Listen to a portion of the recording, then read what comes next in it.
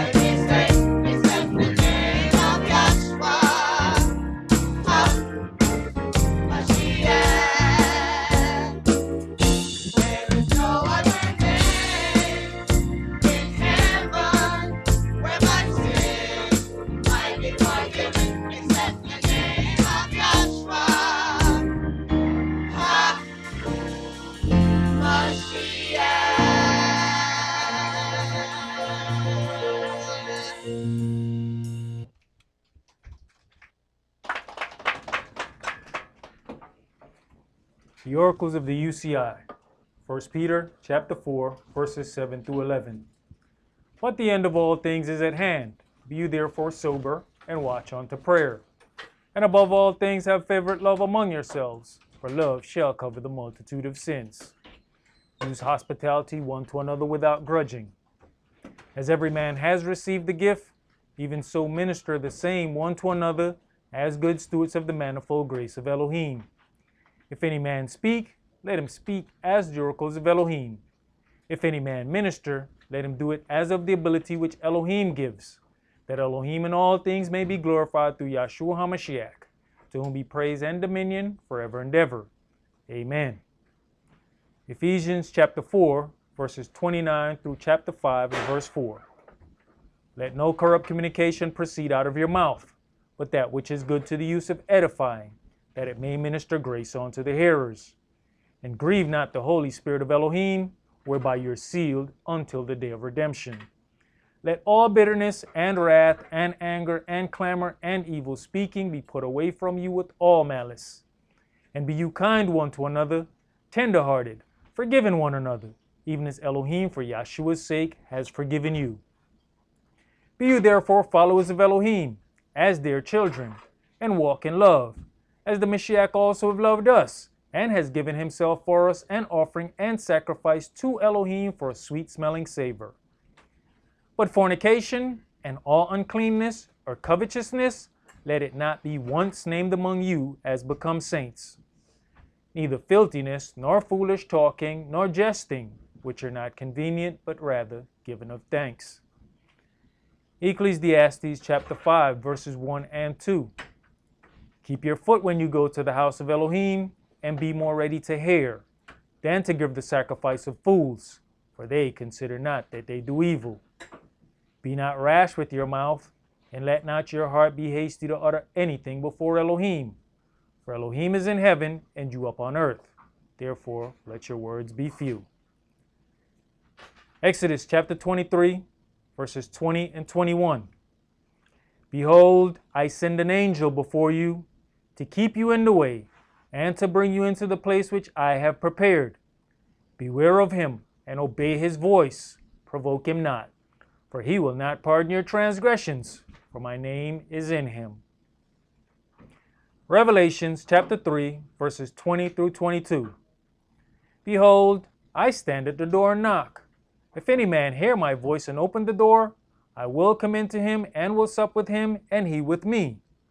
To him that overcomes will I grant to sit with me in my throne, even as I have also overcame and am sat down with my Father in his throne. He that has an ear, let him hear what the Spirit says unto the churches. All right, Shabbat Shalom. Shabbat Shalom. Which is peace on Yahweh's Holy Sabbath Day. Welcome to another holy convocation that Yahweh has enjoined unto us here in Stone Mountain, Georgia. Today we're going to deal with justice and equity in the land of Yah. And when we talk about getting things in order, Yahweh normally allows a period of unrest to bring about order.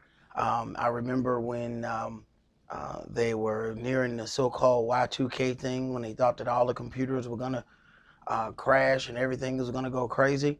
Everybody started going back to church. When the world didn't disappear right away, they went right back to the club. So Yahweh allows some things, even as we're looking at this virus thing that they're having an issue with. The powers that be will try and do one thing with it, and Yahweh will turn around and allow some things because he's doing something altogether different. You have Yahweh's divine will, and then you have his permissive will. There's some things that he will permit only to bring about the divine will of setting things in order. There's a whole lot of people that don't really know how out of order we are according to the word of Yahweh. And it will take situations, serious situations, to even make us examine these things. And almost every conflict that has ever happened that the United States have been in, they have always gone to somebody else's land. Americans as a whole have never had to deal with any difficulty. People got fed up about Vietnam because they seen some pictures. They didn't actually have to go through it. It was only when those people started coming back home And those people start talking about what they had done and how it messed up their minds. And some of those people could never have a regular job again. They could never have a regular life because of the stuff that they did in Vietnam.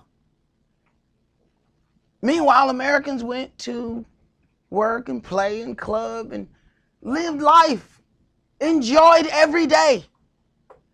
Yet the citizens, young, the average age of the Vietnam soldier was 19. 19-year-olds who have not had their first legal drink. Now, they might have snuck and had a drink, but they had not had their first legal drink. Yet they had an automatic rifle in their hand shooting at people who had never had any conflict with them. And in a lot of those places, those people used to ask us, "Black man, why you here? Why y'all here?" So I understand why those people shooting at us, but why y'all shooting at us?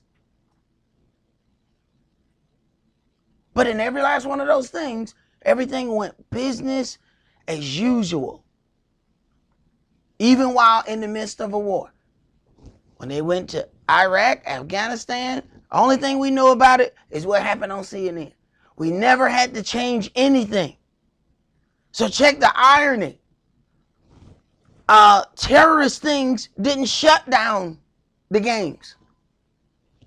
A possible virus did.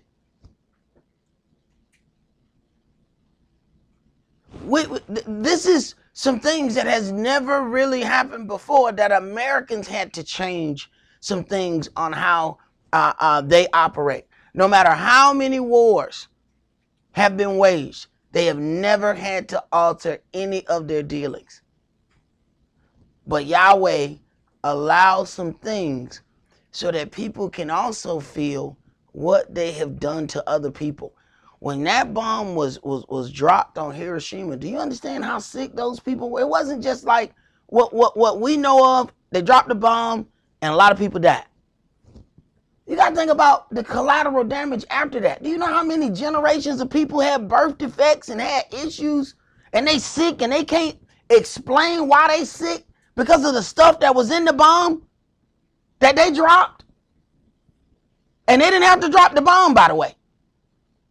That was just an extra oomph in there. None of those things we don't consider. Now, a lot of that we don't consider because it's also hidden from us. When they report the information to us about what happened, they purposely leave certain information out.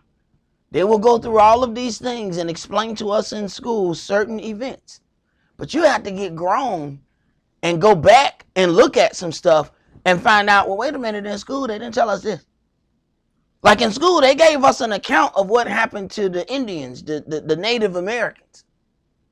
You got to get grown and go back and read some stuff, and you find out they purposely took some stuff out of them books. They didn't tell you that a lot of that was the so-called Indians retaliating against the things that Americans had done to them.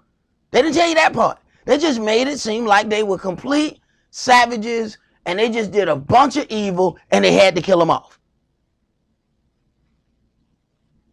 And that story gets told to us over and over and over again. Flip through one of the channels and they got a little Western channel. The little Westerns come on all day long. And 99% of the Westerns, the Indian is evil.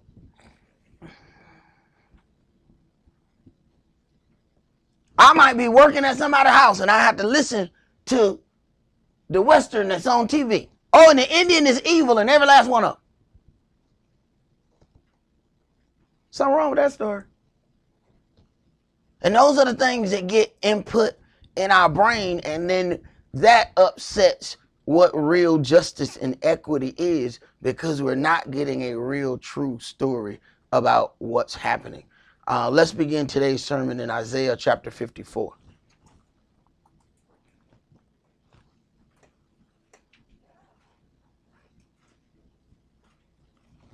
See, we know that the powers that be will use any and everything to gain control. We know from a very long time they've always wanted their one world government. We know that. And all you got to do is turn your dollar over and you're going to see the stamp of them wanting to control everything. And they will use anything possible to do that. Whether it's a war, whether it's threat of getting sick, whatever it is, they will use it.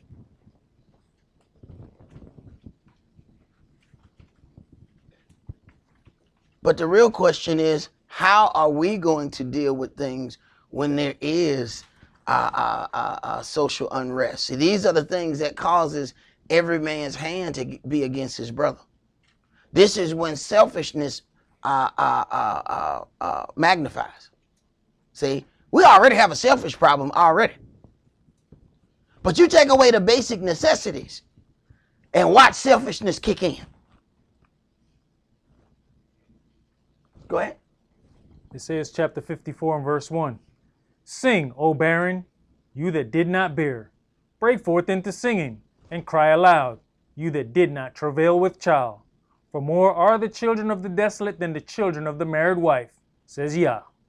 Enlarge the place of your net, and let them stretch forth the curtains of your habitations. Enlarge the place of your tent. Go ahead. Verse 2. Enlarge the place of your tent, and let them stretch forth the curtains of your habitations. Spare not, lighten your cords, and strengthen your stakes.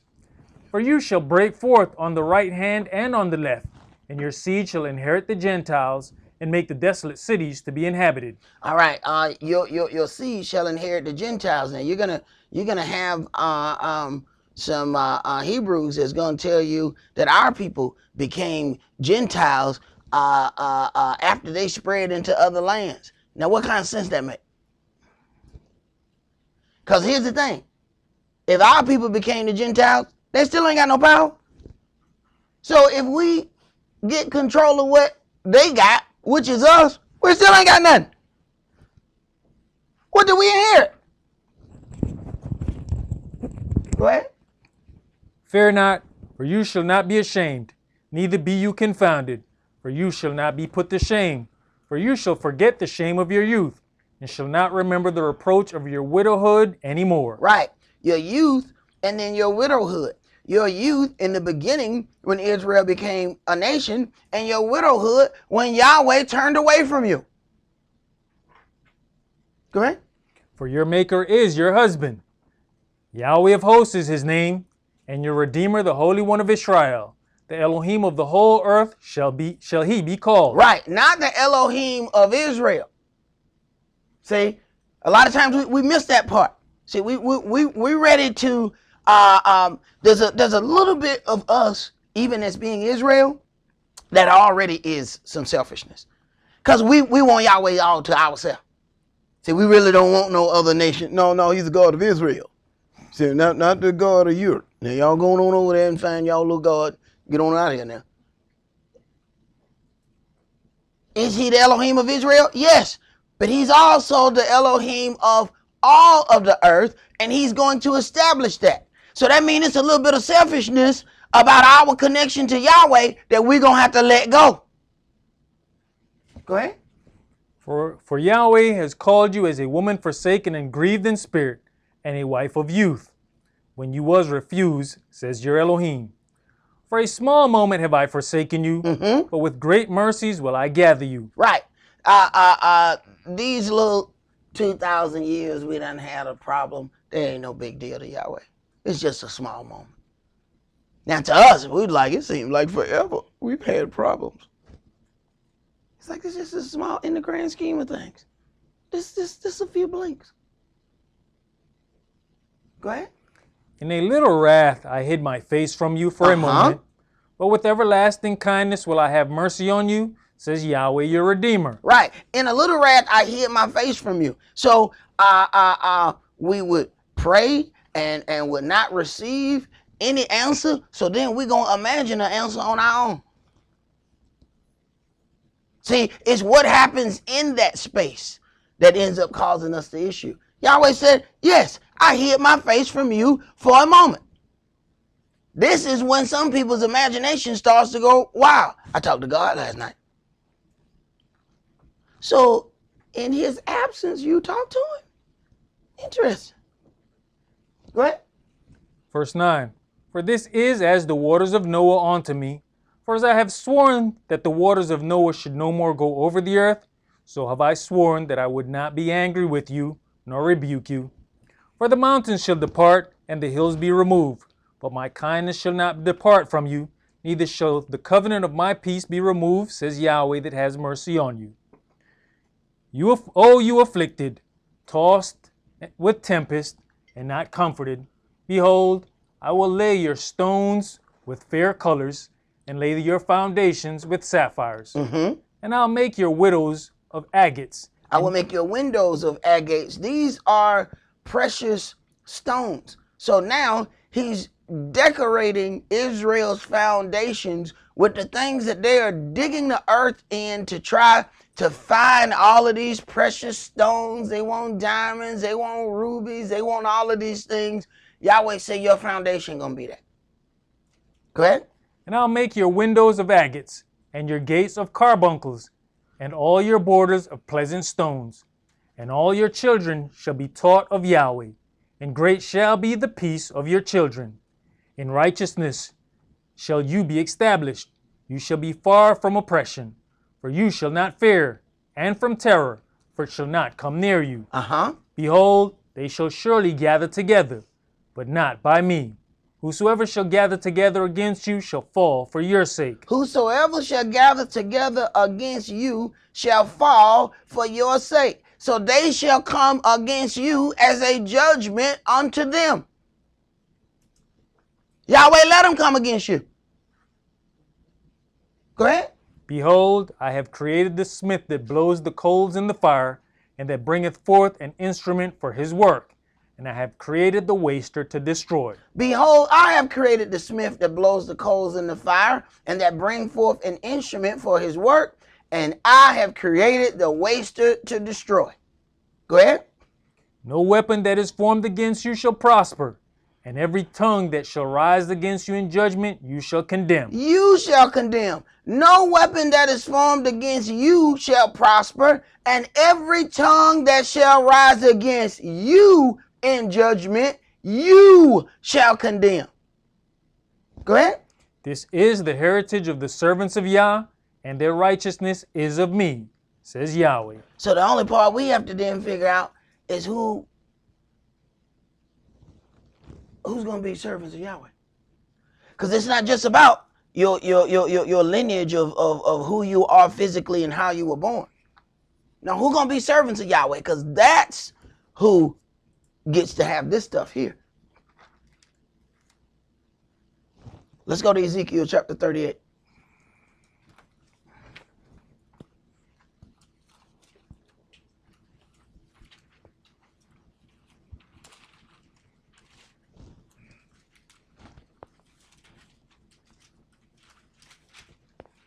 We get so caught up sometimes in the tribal breakdown of the 12 tribes of Israel, we forget that servant part. We're so busy trying to be kinfolk, we forget to be servant.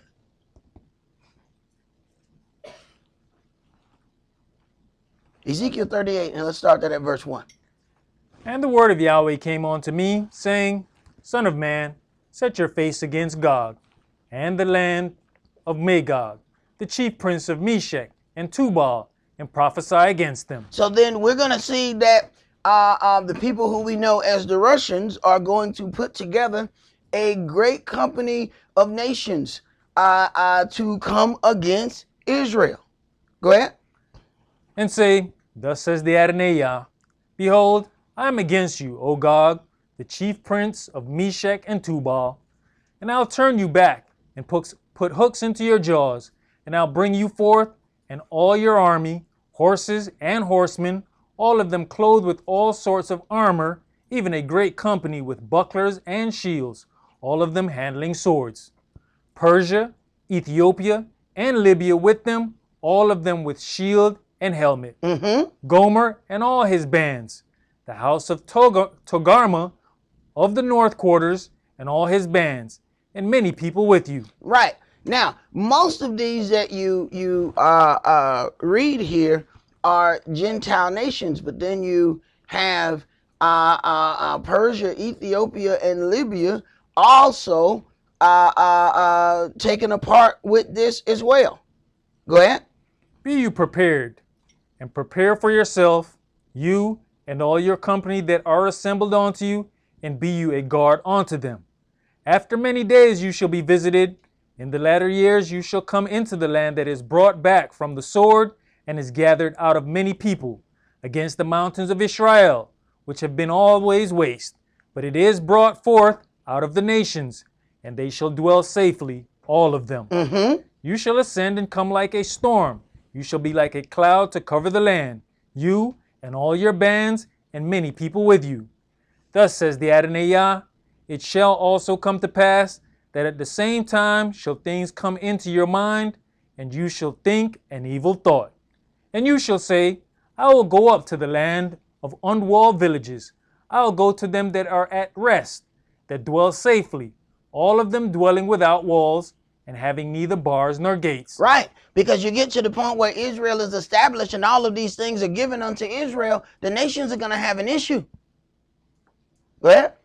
To take a spoil, and to take a prey, to turn your hand upon the desolate places that are now inhabited, and upon the people that are gathered out of the nations, which have gotten cattle and goods that dwell in the midst of the land. Right, to take a spoil and to take a prey, to turn your hand upon the desolate places that are now inhabited, and upon the people that are gathered out of the nations. See, sometimes people have real respect of persons. It's like we can respect certain people, but wait a minute, man, these people was captives in all over the countries. Now we're supposed to just respect these people and take an offering up to them? We got a problem. Go ahead. Sheba and Dedan and the merchants of Tarshish, with all the young lions thereof, shall say unto you. And when you look at Tarshish, you find out they're dealing with Spain. This is who had those long distance ships. These are the ships that brought us here and carried us all over the earth. Go ahead. Are you come to take a spoil? Have you gathered your company to take a prey, to carry away silver and gold, to take away cattle and goods, to take a great spoil? Therefore, Son of man, prophesy and say unto Gog, thus says the Adonai Yah, in that day when my people of Israel dwell safely, shall you not know it. And you shall come from your place out of the north parts, you and many people with you, all of them riding upon horses, a great company and a mighty army. And you shall come up against my people of Israel as a cloud to cover the land.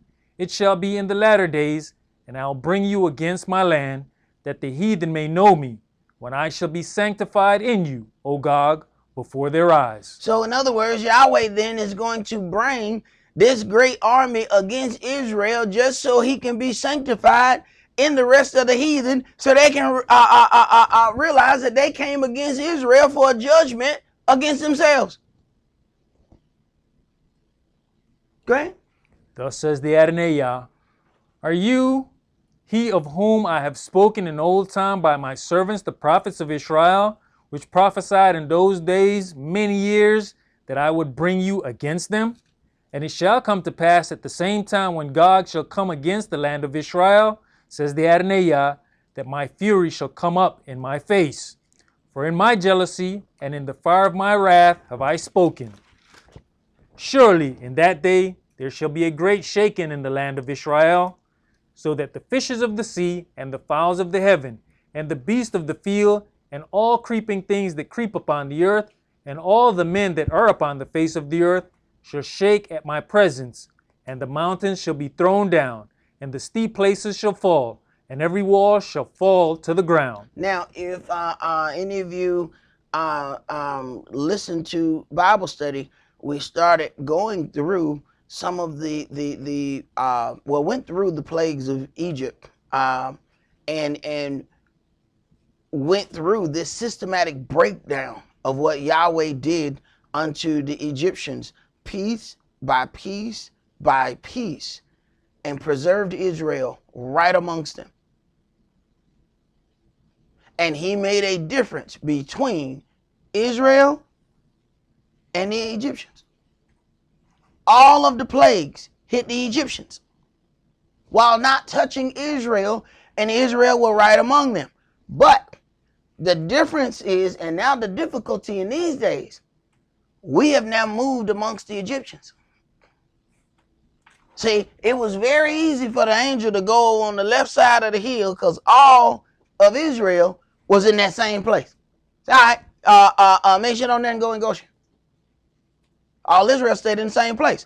Before we were desegregated, all of our habitations were the same way too.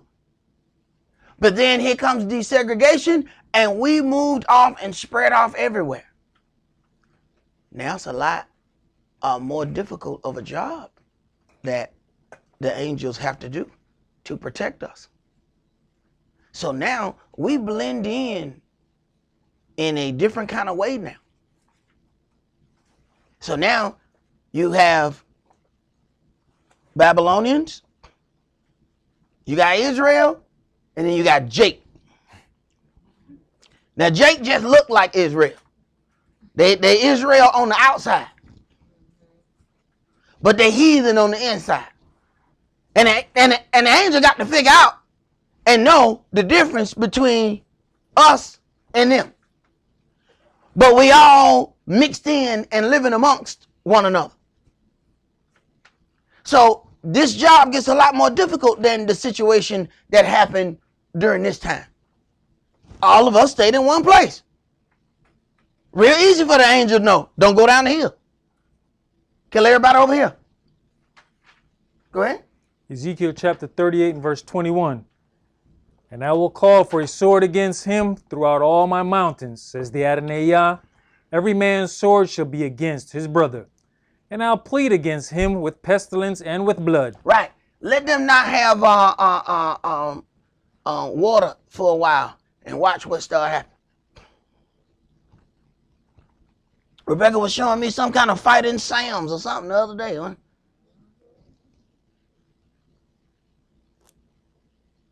And this the beginning stages of things. So if this thing gets longer and longer and longer, you ain't seen that yet.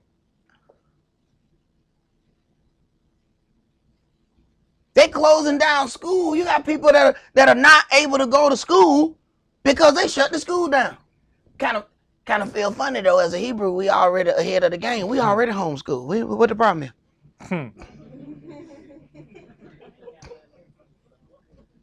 What the problem is? We ain't got no problem. See, we was already ahead of that curve. They were like, y'all can't go to school. We wasn't going in and what? Read, bro. And I'll rain upon him and upon his bands and upon the many people that are with him, and overflowing rain and great hailstones, fire and brimstone.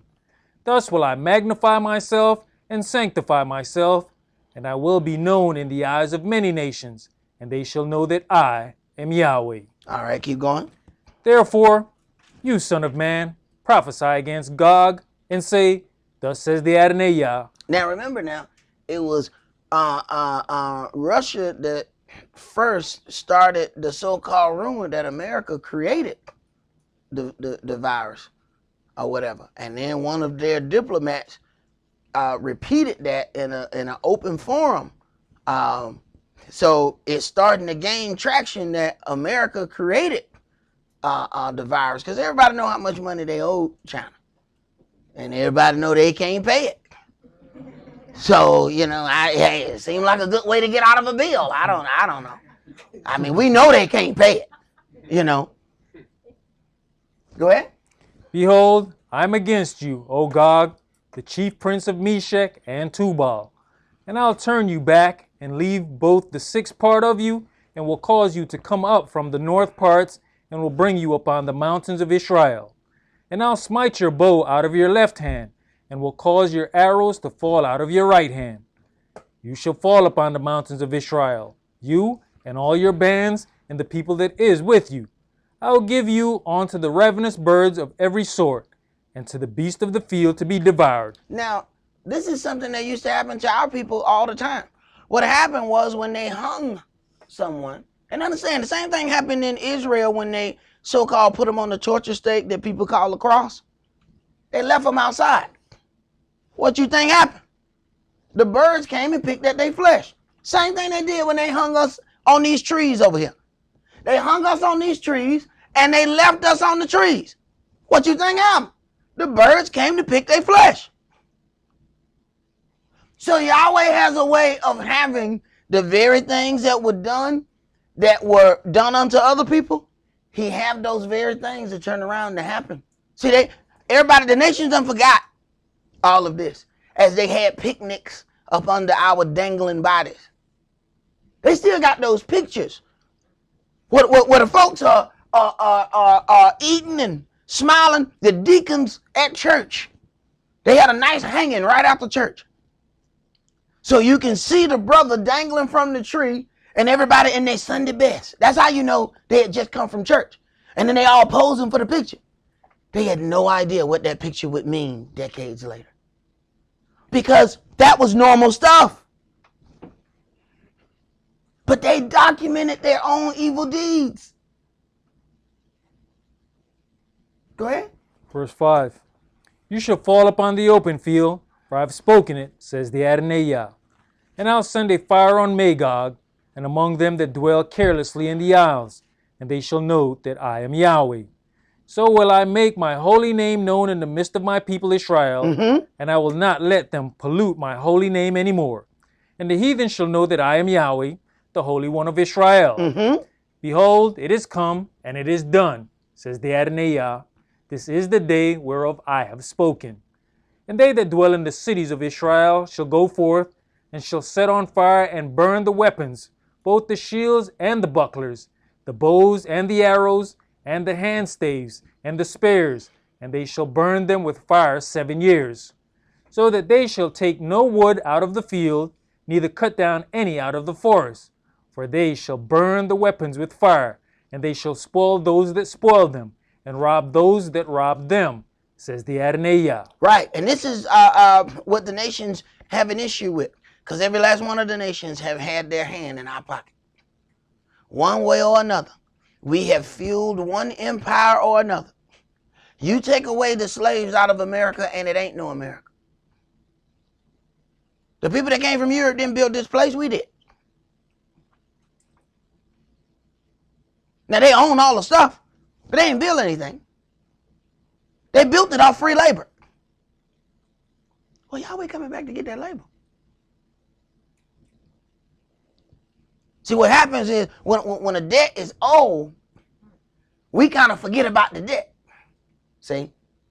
So Yahweh watched as they oppressed and we worked for free and they became billionaires. Look up any of your Fortune 500 companies. Look back far enough and you're going to find where they were in the slave trade. They got their boost from free labor. And you got 100 years of free labor. I don't know how you fail as a business after that. I really don't know what happened. You had 100-year head start.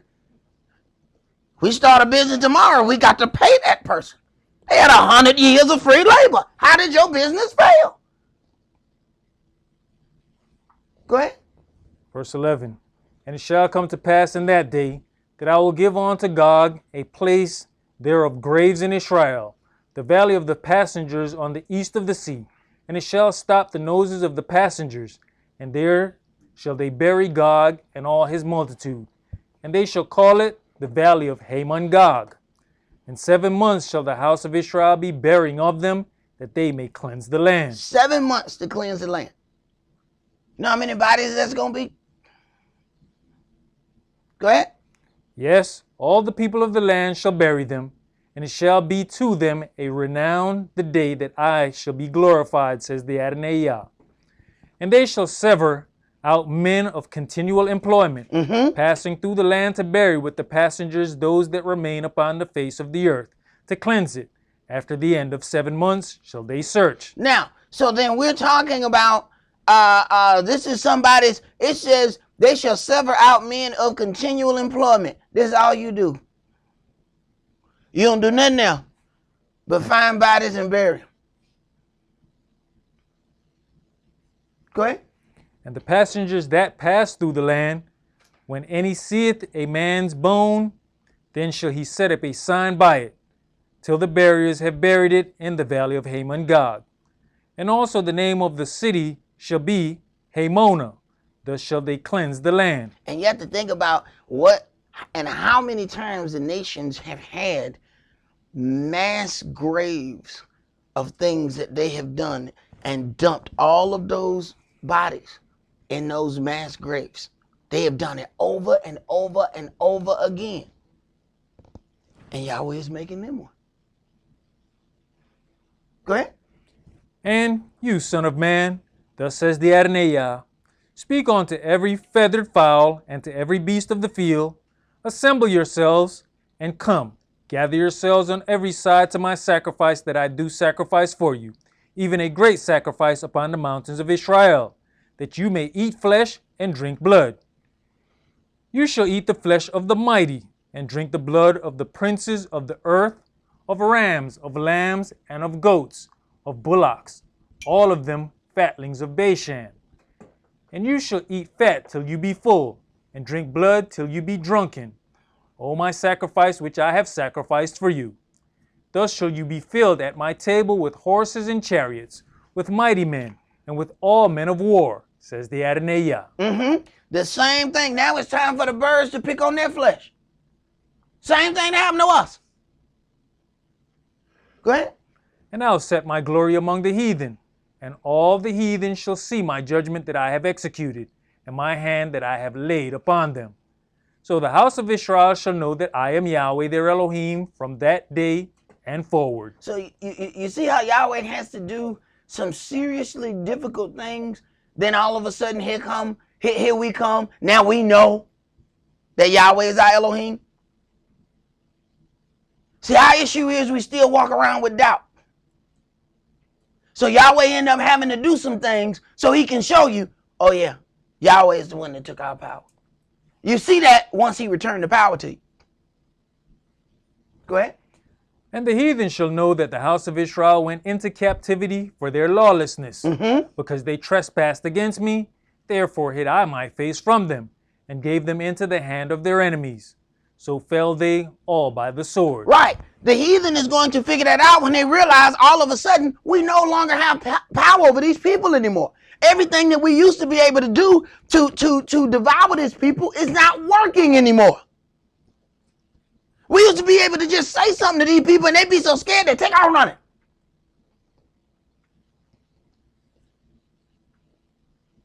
Now we fire gunshots in the air and they just look at us. Who you shooting at? Why ain't they running? They normally run. Then they're going to realize, oh, something done happened different. Yahweh happened. Go ahead. According to their uncleanness and according to their transgressions have I done unto them, and hid my face from them. Right. I did this to the children of Israel. No nation would have ever had any power to do anything against you except Yahweh removed your power. The nations are going to realize that, and you're going to realize that. It always used to throw me off when they used to try to teach me that slavery thing in school, and they show like 3 skinny white dudes and a ship full of brothers. And I was like, how in the hell did they get 10,000 dudes to lay down in that damn ship? They should have beat them 3 white boys to death. Something didn't add up about that story. Yahweh said, I did this. I took all your power. And people gonna realize, as soon as he start giving all of it back, little by little. And people still fear that you have that power. That's why when there's 4 or 5 sitting at a corner store, here come the lights. Woo! Woo! Woo! Keep it moving. 10-10. Over. What the hell is that? What you doing?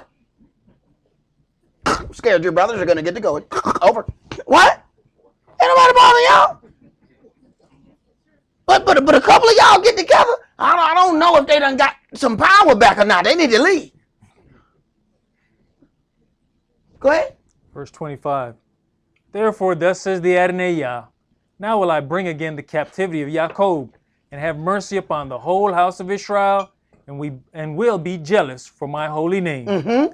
After that they have borne their shame Uh-huh. and all their trespass where they have trespassed against me. Right. So you got some stuff that you got to deal with first. After that they have borne their shame. See, we ain't had no shame because we able to hide a lot of our wrongdoings.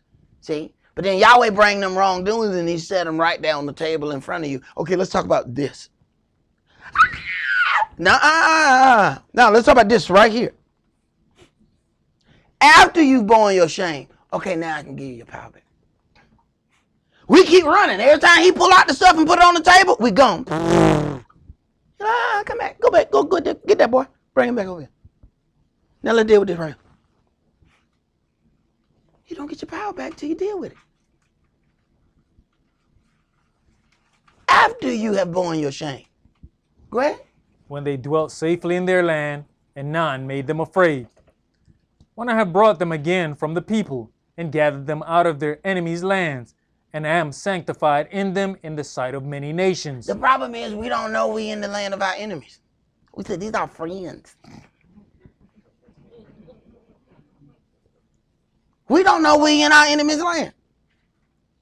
Whenever you somewhere and they worship a different God than yours, you are in your enemy's land. And we want to go set up shop in our enemy's land. That is making us, embolden us to worship other gods. You are in your enemy's land. Go ahead. Then shall they know that I am Yahweh their Elohim, which caused them to be led into captivity among the heathen. Uh-huh. But I have gathered them onto their own land, and have left none of them any more there. Right. So consider that. That just like it was before, when the captivity was over, there's some of our people didn't want to go back. They said, no, I don't set up shop here. I got a lot of nice things. You said nice. See that house on that hill? That's mine. Ain't that nice? No, I don't want to leave that. So there's going to be some of us that want to go. And there's going to be others that Yahweh going to have to make go. Slap him. Slam his head in the dirt. And then drag him on back to Israel. Mm-hmm. He said, no, you're coming home. He said when the punishment starts, and he says when the punishment ends. You don't get to like the punishment. They give you 10 years in prison, they say, all right, it's time for you to go home. I like my cell. No, you're getting out of here. Now, if you want to come back to jail, after we free you, do something stupid. We will then come and lock you back up, but you're leaving here today. Go ahead, bro. Neither will I hide my face any more from them, for I have poured out my spirit upon the house of Israel, says the Adonai Yah. All right, let's go to Amos chapter 5.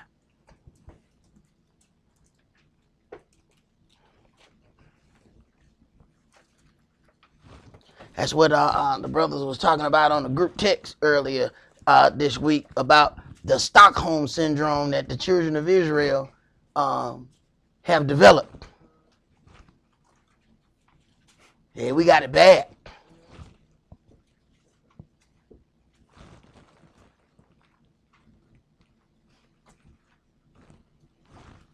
Amos chapter 5, and let's start that at verse 1. Hear you this word which I take up against you, even a lamentation, O house of Israel. The virgin of Israel is fallen. She shall no more rise. She is forsaken upon her land. There is none to raise her up. For thus says the Adonai Yah, the city that went out by 1,000 shall leave 100, and that which went forth by 100 shall leave 10 to the house of Israel. For thus says Yahweh unto the house of Israel, seek you me, and you shall live. Right. And this is the thing that the nations do not want us to do. If your power is connected to Yahweh your Elohim, then it is in your enemy's best interest that you do not find out about Yahweh. It does not work in your enemy's favor for you to understand who you are. Yet what we'll do is wonder, well, if this is true, why I ain't heard it before?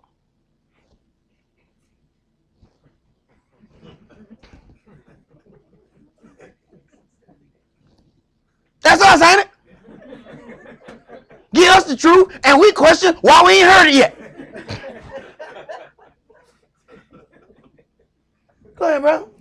But seek not Bethel, nor enter into Gilgal, and pass not to Beersheba. For Gilgal shall surely go into captivity, and Bethel shall come to naught.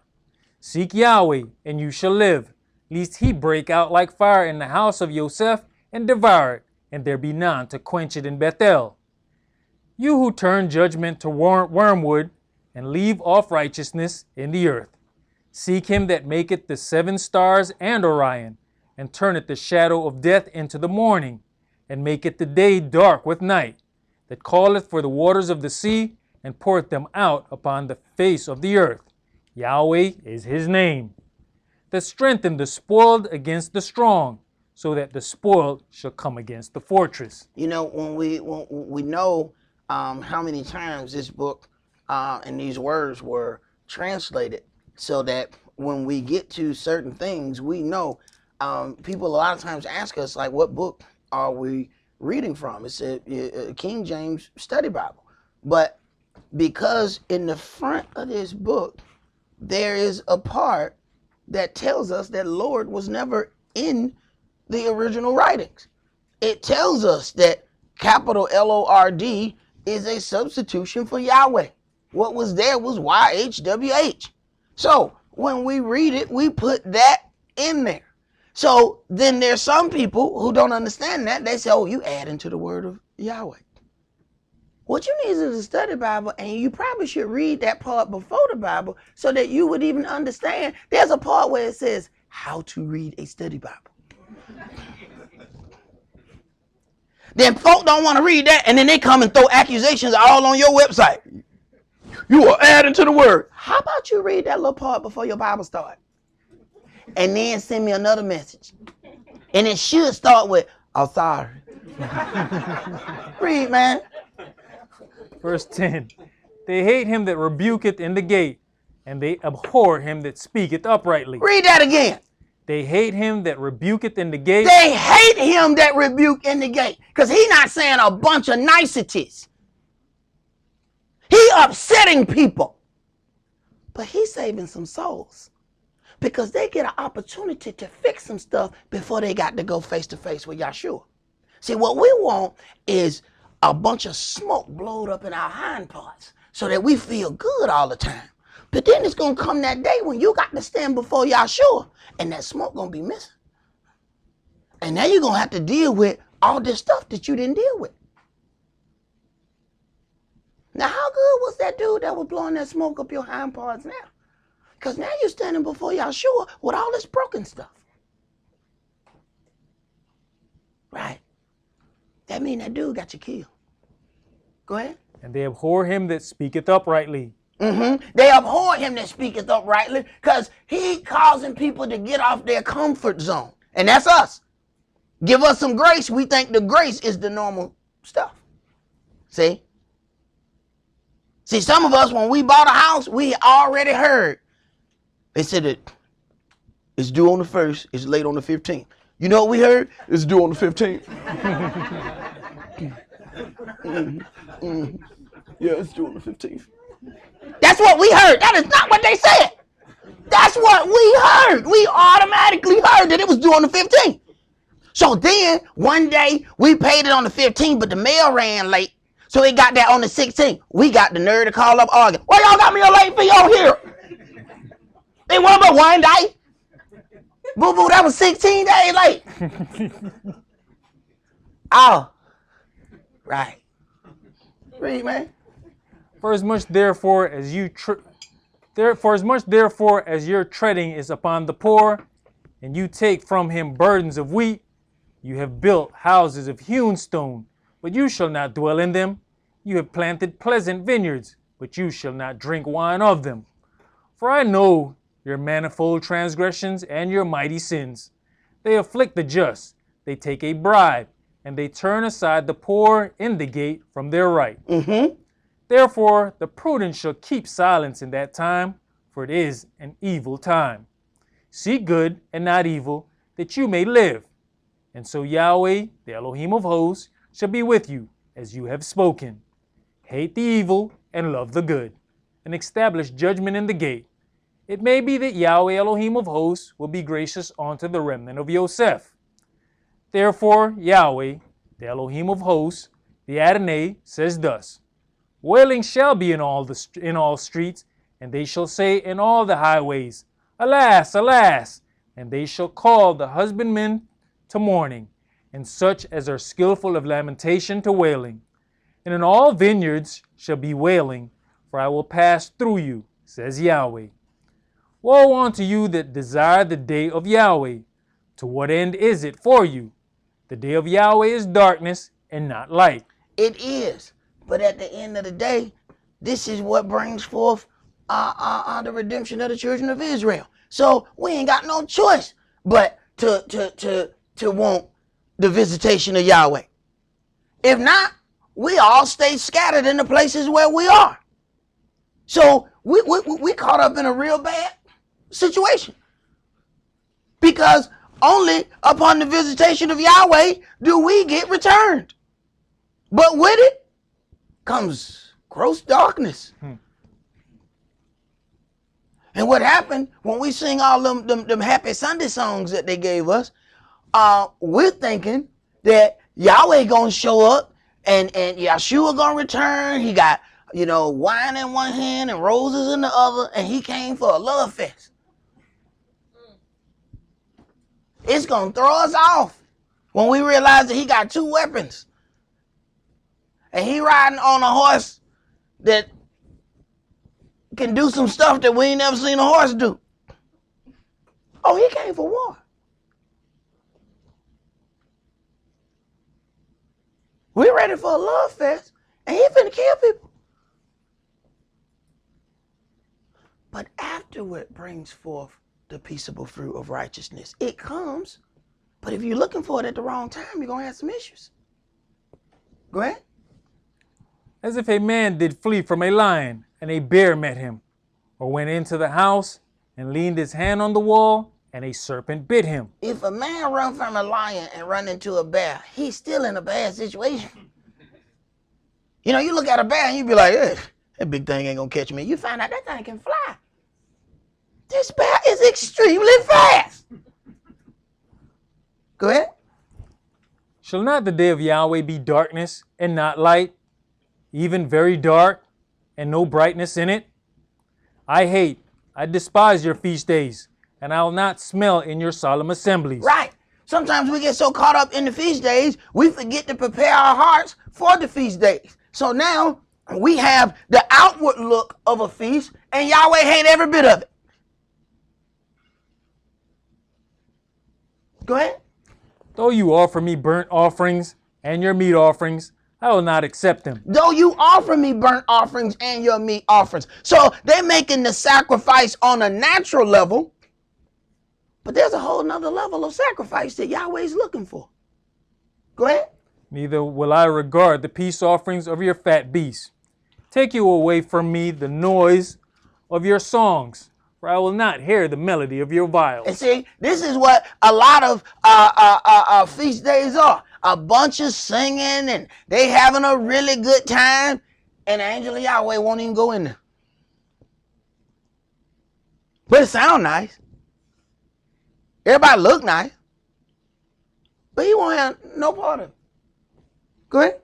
But let judgment run down as waters, and righteousness as mighty streams. Right. If judgment run down as waters, that means some difficult things have taken place. Now the angel might actually walk in the door. Go ahead. Have you offered unto me sacrifices and offerings in the wilderness 40 years, O house of Israel? But you have borne the tabernacle of your Moloch and Chuan, your images, the star of your God. Right.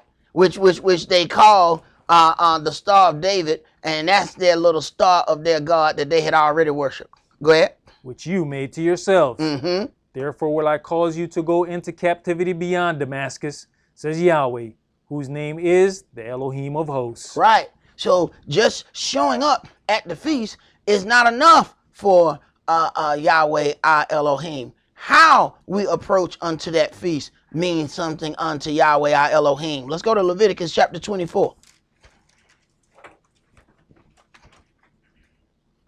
See, we saying the feast, the feast, the feast. Yahweh say, you ain't keeping no feast unto me. What feast you talking about? See, we don't want to be those people. You got to think about the individuals who have made great offerings and done all of these things. And they said, but Adonai, haven't we done all these great works in your name?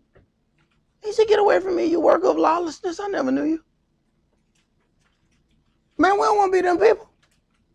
They don't find out until the end that he didn't accept any of this stuff. And how did you not know going all of that time that none of those things were being accounted unto you for righteousness? Somebody was blowing smoke somewhere that made you feel like every last bit of that was all right. This is why it's good to have at least one feeling murderer in your house. Them people that just murder your feelings and don't really give a damn how you feel about it. At least they let you know before you leave the house. Did you even look at that outfit before you put it on? You know, now that just murders your feelings. You like, I thought I looked nice. But you know what just happened? You had a chance to fix that bozo outfit before you went outside. And now everybody else ain't got to look at you. Is that bozo? Oh no, that's Esau. I'm sorry. I didn't know. Maybe he playing the clown today. You get an opportunity to fix that. So having at least one feeling murderer in your house is actually a good thing. At least you keep going out. And those things go out. And other people, and they're not going to just up and tell you. They're just going to look at you. They're not going to say anything. They're just going to giggle and sniggle as you walk by. Go ahead, brother. Where we at? Leviticus chapter 24 and verse 1.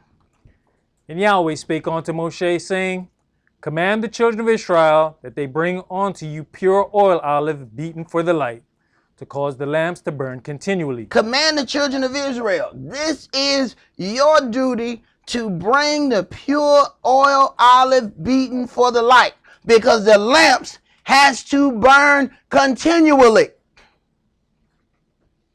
So it's the children of Israel's job to make sure that's there. Go ahead.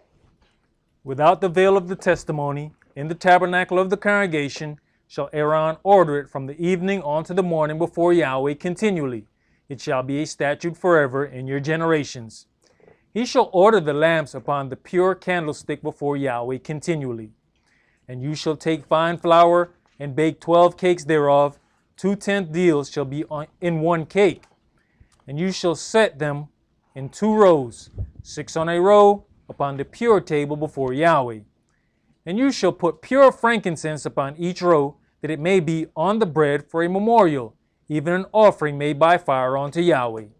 Every Sabbath he shall set it in order before Yahweh continually, being taken from the children of Israel by an everlasting covenant. Right. But if you don't know that, if you just come off into Israel, it says the stranger that joins unto Israel, is one law for the stranger and for Israel.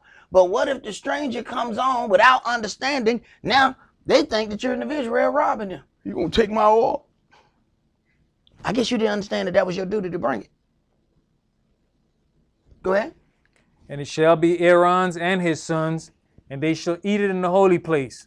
For it is most holy unto him of the offerings of Yahweh made by fire by a perpetual statute.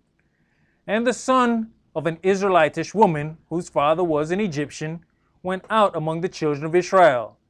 And this son of the Israelitish woman and a man of Israel strove together in the camp. Right. So if the son of the Israelitish woman, the father was an Egyptian, that boy is an Egyptian. He is what his father is. So now, the Egyptian and the Israelite are having an argument. Now this is what comes out of his mouth. Go ahead. And the Israelitish woman's son blasphemed the name of Yahweh. So understand, when people got a problem with you, they're going to take it out on your God. The disdain that was being shown by his father toward the God of Israel has gone into the son, and as soon as the son has an argument with an Israelite, he let him know what he thought about his God while being amongst their people, though. That lets you know the boldness of people. You can come in my house and talk about me in no kind of way. Go ahead. And cursed. And they brought him unto Moshe, and his mother's name was Shilemeth, the daughter of Dibri, of the tribe of Dan. And they put him in ward, that the mind of Yahweh might be showed them. And Yahweh spake unto Moshe, saying, Bring forth him that has cursed without the camp. And this is not a curse word like we're thinking. We talking curse. I pronounce a damnation a type thing upon somebody. That's the kind of curse it's talking about. Go ahead. And let all that heard him lay their hands upon his head, and let all the congregation stone him. Now, this is also one of the reasons why people don't like him that reprove and does judgment at the gate. Because guess what? There are no middle parties in here. You know how people are like, well, I'm just innocent. I'm just going to be a middle person. I didn't hear nothing. I didn't see nothing. I don't want to do nothing. No. Everybody got to take a part in this stoning. Go over there and grab a rock. See, there's some people that when judgment comes, they don't want to have no parts in it. See? So you got to know that one of your rocks went over there too. Go ahead. And you shall speak unto the children of Israel, saying, Whosoever curses his Elohim shall bear his sin. And he that blasphemed the name of Yahweh, he shall surely be put to death. And all the congregation shall certainly stone him, as well the stranger as he that is born in the land. When he blasphemes the name of Yah, shall he be put to death. And he that killeth any man shall surely be put to death. And he that killeth a beast shall make it good, beast for beast. And if a man cause a blemish in his neighbor, as he has done, so shall it be done to him. Breach for breach, eye for eye, tooth for tooth. As he has caused a blemish in a man, so shall it be done to him again. So consider how our people had to enforce that. So somebody did something to another individual, and you look, and they done half chopped off this person's leg. Now somebody else got to half chop their leg off. Now they got to try to figure out what half is, though. See, is it where the leg is halfway off here? So how hard do I swing to damage the leg but not chop it all the way off? That might take a few times.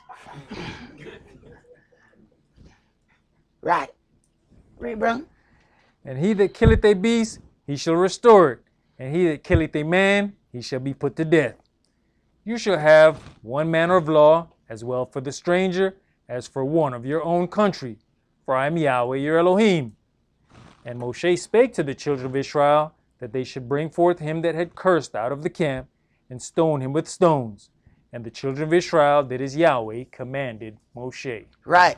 And I think it's going to take one stoning in Israel, and I think we are going to definitely be about Yahweh's law after that. Let's go to Numbers 15, because we don't really understand just how violent of a situation.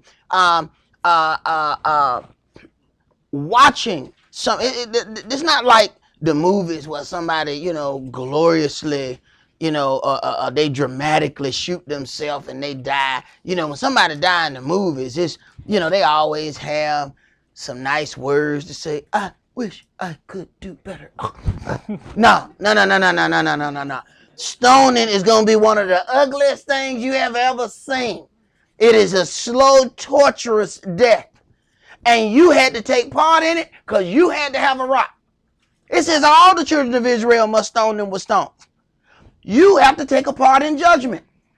The word was written in stone. When Moshe got mad, he threw the table of stone down and broke it. It broke into pieces of stone.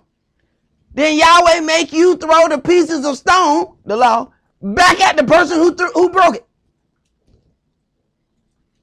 Oh, Yahweh is poetic with his punishment. And everybody got to do it. You think about the visual they're going to give you at night? Could be some folk that just don't want to go to sleep. What you doing? I'm not going to bed. I'm just not going. Why? Because I keep seeing that stone hitting that person's flesh. Right. The next day you don't fit. Okay, so what exactly in the law did they break? I mean, let's read that again, Daddy. Right. Because I don't want to be standing at the other end of all them rocks. Because at some point when you see that, you're going to have to see, okay, what did that have to look like from the other side? When you're the one standing there and all them rocks coming at you. And they know we like to have private situations. Yeah, all this is public. So that each person understand the ramifications of going against his law. So can't nobody walk around and say, I ain't know. Go ahead. Numbers chapter 15 and verse 1. And Yahweh spake unto Moshe, saying, Speak unto the children of Israel, and say unto them, When you be come into the land of your habitations, which I give unto you, and will make an offering by fire unto Yahweh, a burnt offering, or a sacrifice in performing a vow, or in a freewill offering, or in your solemn feast, to make a sweet savor unto Yahweh, of the herd or of the flock, then shall he that offers his offering unto Yahweh bring a meat offering of a tenth deal of flour mingled with the fourth part of an hin of oil.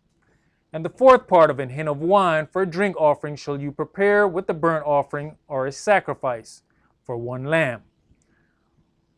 Or for a ram, you shall prepare for a meat offering 2/10 deals of flour mingled with the third part of an hin of oil. And for a drink offering, you shall offer the third part of an hin of wine for a sweet savor unto Yahweh. And when you prepareth a bullock for a burnt offering, or for a sacrifice in performing a vow, or peace offerings unto Yahweh, then shall he bring with a bullock a meat offering of 3/10 deals of flour mingled with half an hin of oil. And you shall bring for a drink offering half an hin of wine, for an offering made by fire of a sweet savor unto Yahweh. Thus shall it be done for one bullock, or for one ram, or for a lamb, or a kid. According to the number that you shall prepare, so shall you do to everyone according to their number. All that are born of the country shall do these things after this manner, in offering an offering made by fire of a sweet savor unto Yahweh. Now, the children of Israel understood that these things were commanded of them. So they didn't wait to the last minute. This is what we do. We wait to the last minute on everything. They already know what they got to do. Why are you just not preparing? We know when Passover is. We know when unleavened bread is. Some people wait 4 days before unleavened bread and then run around, fall over everything in their house trying to clean it in the last 4 days. Did unleavened sneak up on you? Did we not know when it was? Go ahead, bro. And if a stranger sojourn with you, or whosoever be among you in your generations, and will offer an offering made by fire of a sweet savor unto Yahweh, as you do, so he shall do. One ordinance shall be both for you of the congregation, and also for the stranger that sojourns with you, an ordinance forever in your generations. As you are, so shall the stranger be before Yahweh. One law and one manner shall be for you, and for the stranger that sojourns with you. And Yahweh spake unto Moshe, saying, Speak unto the children of Israel, and say unto them, When you come into the land whither I bring you, then it shall be that when you eat of the bread of the land, you shall offer up an heave offering unto Yahweh. You shall offer up a cake of the first of your dough for an heave offering. As you do the heave offering of the threshing floor, so shall you heave it. You shall offer up a cake of the first of your dough. The first of all things belong to Yahweh. We don't think like that. Every time we get an increase, it's already spent. We don't consider that Yahweh may want us to do something for somebody other than ourselves with that. They tell us we got to raise on the 5th. We done already bought something on the 3rd. Like, man, your raise ain't even showed up yet.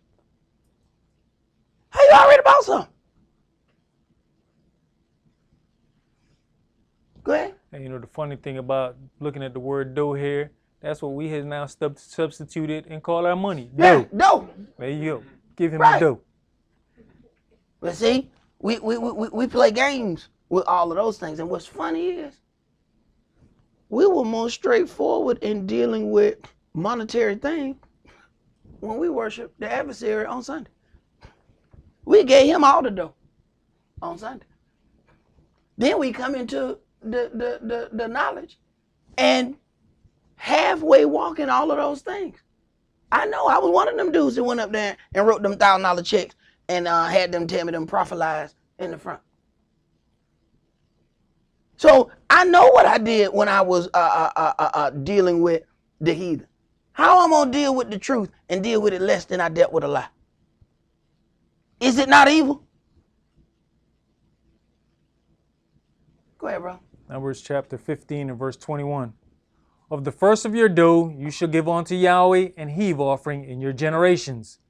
And if you have erred and not observe all these commandments which Yahweh hath spoken unto Moshe, even all that Yahweh has commanded you by the hand of Moshe, from the day that Yahweh commanded Moshe, and henceforward among your generations, then it shall be, if aught be committed by ignorance without the knowledge of the congregation, that all the congregation shall offer one young bullock for a burnt offering, for a sweet savor unto Yahweh, with his meat offering and his drink offering, according to the manner, and one kid of the goats for a sin offering.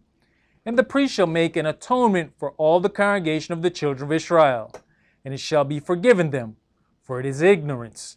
And they shall bring their offering, a sacrifice made by fire unto Yahweh, and their sin offering before Yahweh for their ignorance. And it shall be forgiven all the congregation of the children of Israel, and the stranger that sojourns among them, seeing all the people were in ignorance. And if any soul sin through ignorance, then he shall bring a she-goat of the first year for a sin offering. And the priest shall make an atonement for the soul that sinneth ignorantly, when he sins by ignorance before Yahweh, to make an atonement for him, and it shall be forgiven him. Right. So, but understand, some of these things are, just understanding that this is something that they had to offer for any wrongdoing. These are the best of their things. So imagine if they hadn't done anything wrong, they got to keep that particular thing and feast with it. But once they commit something, that best of what they had to go. So there was loss associated with going against the law of Yahweh our Elohim. Go ahead. You shall have one law for him that sinneth through ignorance, both for him that is born among the children of Israel, and for the stranger that sojourns among them. But the soul that does aught presumptuously, whether he be born in the land or a stranger, the same reproacheth Yahweh, and that soul shall be cut off from among his people. Right. That soul that does aught presumptuously, it wasn't ignorant. It wasn't because they didn't know. They made a decision that this is what they wanted to do. Go ahead. Because he has despised the word of Yahweh. He despised the word of Yahweh because he knew it. But he still did what he wanted to do. Go ahead. And has broken his commandment. That soul shall utterly be cut off. His lawlessness shall be upon him. And while the children of Israel were in the wilderness, they found a man that gathered sticks on the Sabbath day. Now, in this day and time, we don't understand the process of working, that you have to get some things together to create fuel to be able to work. But when you see this situation, this is a very hard situation to even be a part of. This individual is gathering sticks. Go ahead. And they that found him gathering sticks brought him unto Moshe and Aaron and unto all the congregation. And they put him in ward, because it was not declared what should be done to him. Right. Now, you do know they caught him gathering sticks on the Sabbath day. They brought him unto Moshe. Now, if nothing was done about that situation, you know what was going to happen? More people was going to be out doing the same thing. Go ahead. And Yahweh said unto Moshe, the man shall be surely put to death. All the congregation shall stone him with stones without the camp. All the congregation. Everybody has to take part in this. This is something that people have to understand. Stoning is not, they didn't have a stoning committee. Like, these are the brothers, and these are the best rock throwers we got right here. These brothers right here throw a rock so good they can make it skip off the water. Everybody throw. Go ahead. What if that's somebody you love? There's certain things that we just don't consider. What if that's somebody that you love, that you got to throw that rock at? Because now understand now, if we don't, then now we have broken the law. This is why pushing somebody to do right is keeping them from that other side where they get those rocks thrown at them. Because that's going to vex you too. The day you got to throw a rock at somebody you love, it's going to take care of that business after that. You're going to make sure your house ran right after that. When you got to sit there and throw, man, it might be people throwing rocks and crying at the same time. We visualize that from a different perspective, and we don't put all the additives in it. For some of them people, this is the hardest thing they've ever done, is to throw a rock at somebody they love. Go ahead. And all the congregation brought him without the camp and stoned him with stones, and he died, as Yahweh commanded Moshe. Right. Let's go to 2 Peter chapter 2.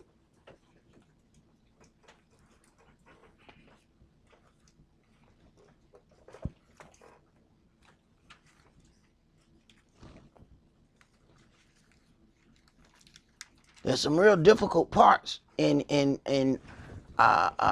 setting forth of righteousness in the land, but part of that it's got to be a visual display as to what the punishment is. See, what happens in the daughter of Babylon, people go to court, one person did one thing, they get 20 years in jail, the next person go to court for the same thing, they get 20 months probation. You find out this place here got some real movable judgment here. And if you look a certain way, you may not even get charged with a crime. That's not how Yahweh deals. And to make sure, everybody gonna have to watch it. So think about if all of the judgment is public, it's gonna be real easy for people to say, well, wait a minute. That happened to my cousin and he got stoned. Why they didn't ever whoop this dude here? Hey, hold on. Somebody need to explain this. See, Babylon don't have to do that because they hide their unjust judgment. You don't know that this other dude got a slap on the wrist. You got to go search for that information to find that out. Yahweh does all his publicly. And that's what you can do when something is dealt with an even hand. You ain't got to hide the dealings. When the stuff is done irregular and unbalanced, you got to hide those dealings. Go ahead, brother. 2 Peter chapter 2, and let's start that at verse 1. But there were false prophets also among the people, even as there shall be false teachers among you, who privily shall bring in damnable heresies, even denying the Adonai that bought them, and bring upon themselves swift destruction. A damnable heresy, you just have some teachings or some things that we have either picked up from somewhere, and all of a sudden it leads other people off to do strange things. That's a damnable heresy. Now they off up into something else, because of some stuff that you introduced them to. Go ahead. And many shall follow their pernicious ways, by reason of whom the way of truth shall be evil spoken of. And through covetousness shall they with feigned words make merchandise of you, whose judgment now of a long time lingereth not, and their damnation slumbers not.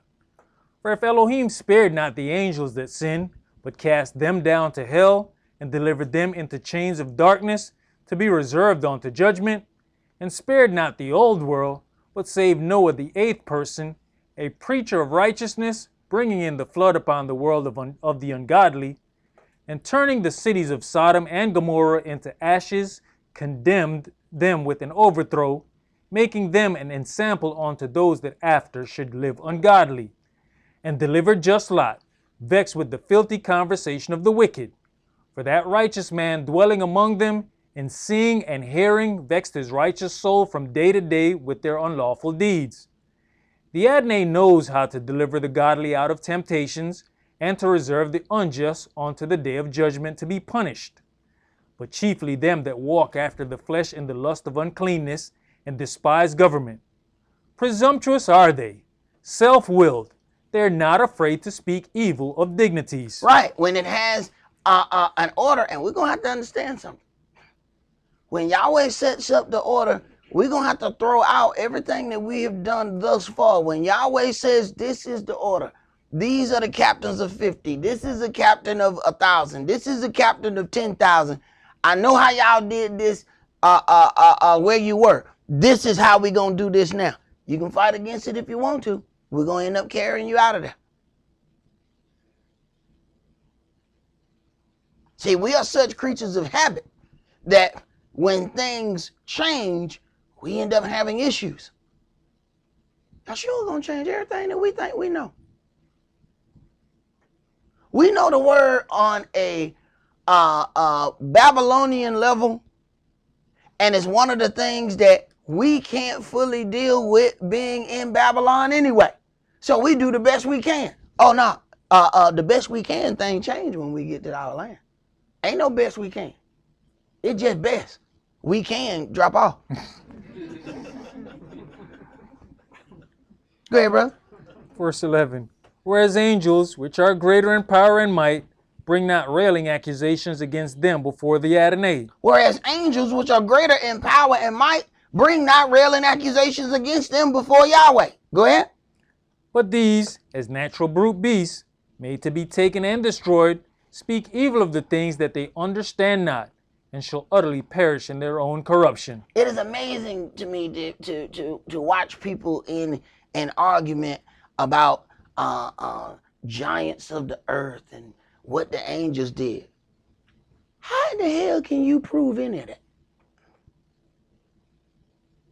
And even if you win the argument, how did it help your salvation? Arguing about things that we couldn't possibly know anyway. Go ahead. And shall receive the reward of unrighteousness, as they that count it pleasure to riot in the daytime. Spots they are and blemishes, sporting themselves in their own deceivings while they feast with you.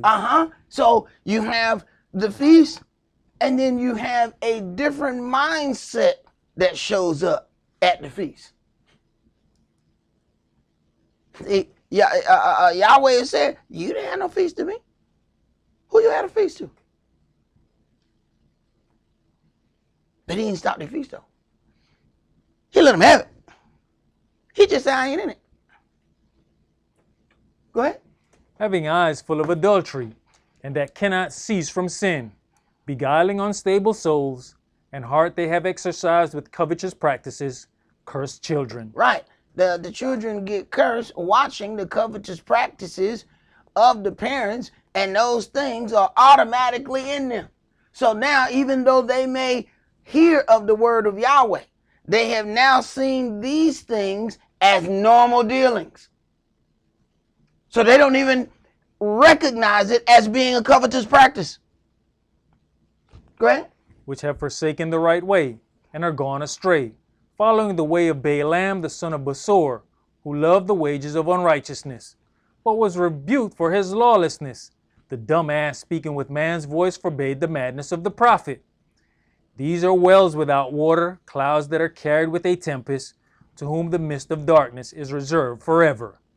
For when they speak great swelling words of vanity, they allure through the lust of the flesh, through much wantonness. Those that were clean escape from them who live in error. While they promise them liberty, they themselves are the servants of corruption. For of whom a man is overcome, of the same is he brought in bondage. For if after they have escaped the pollutions of the world through the knowledge of the Adonai and Savior Yahshua HaMashiach, they are again entangled therein and overcome. The latter end is worse with them than the beginning. For it had been better for them not to have known the way of righteousness, than, after they have known it, to turn from the holy commandment delivered unto them. Right. It's like when Yahweh deliver us from some things, then we turn around, we accept the deliverance, he gives us another opportunity, and then we turn around and get right back in the same situation.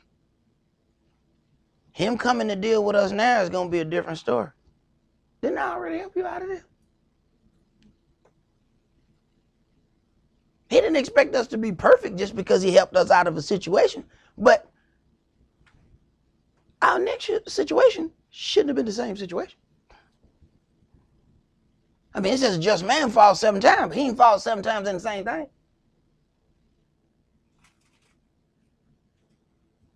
Go ahead. But it has happened unto them according to the true proverb, the dog is turned to his own vomit again, and the sow that was washed to her wallowing in the mire. And a sow is a pig, and you cannot wash a pig. It must stay filthy. It has to wallow in the mud, because that is how it cleans itself. And if Yahweh has likened us unto a pig, which is a filthy beast, there is something seriously wrong. That means the normal state is filth. The normal operation, it is not comfortable unless it's doing something filthy. There's an issue there. Let's go to Psalms chapter 15.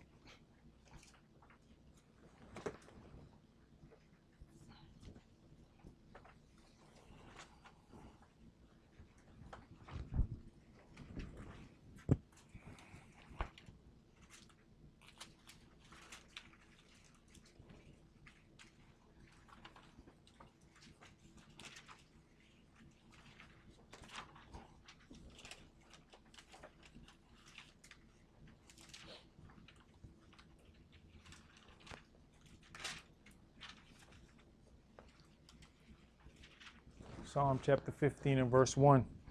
Yahweh, who shall abide in your tabernacle? Who shall dwell in your holy hill? He that walks uprightly and worketh righteousness and speaks the truth in his heart. Who shall abide in your tabernacle? Who shall dwell in your holy hill? He that walks uprightly and works righteousness. Go ahead. He that backbiteth not with his tongue, nor does evil to his neighbor, nor taketh up a reproach against his neighbor, in whose eyes a vile person is contemned. But he honoreth him that fears Yahweh. He that sweareth to his own hurt and changes not. He that swears to his own hurt is then making a sacrifice to take care of things that he himself will not get benefit from. That's why it says, he that swears to his own hurt and changes not. See, we will say we're going to do something once we find out it's going to, cause us some discomfort. You know what? Never mind.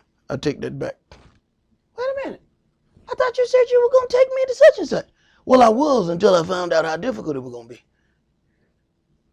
So I got you this shiny bus pass. Oh, okay. Well, I stayed longer because you told me you were going, you was going to do that. See, verse 3, he that backbiteth not with his tongue, nor does evil to his neighbor, nor takes up a reproach against his neighbor. In this graphic, you see the chains of the captive, But you also see that chain is painted gold and got precious stones in it as well. Because we some of the richest slaves on the face of the planet. But we still have that captive nature within us that Yahweh got to pull out of us. And there's a whole lot of things that end up happening unto us that we blame on racism. I listened to the difference in how different friends deal with the situation. You know, I watch Hebrews. They have a pothole in the street. What we do is complain to everybody else about the pothole in the street instead of the authority who's in charge of fixing the pothole. Listen to my white friends. So what you doing? Trying to find the number of the people in charge of this street. What you doing? The people who are in charge of fixing the roads. What you doing? Because I'm going to complain to them. Oh, they going to complain just like us. But they going to complain to the people who actually have the authority to fix the damn problem. So now, when they road get fixed, you know what we say? It's racism. They ain't got a damn thing to do with racism. They just complain to the right people. You complain to Pookie, they complain to the Department of Transportation. That's who in charge of the road. So when theirs got fixed, how you gonna hate on them? Now, if you followed all the procedures and yours did not get fixed, now you can claim racism. But you can't do that if you didn't follow the right procedure. That's that captain mindset. Go ahead, bro. He that puts not out his money to interest, nor takes reward against the innocent. He that does these things shall never be removed, never be moved. Let's go to Numbers chapter 27.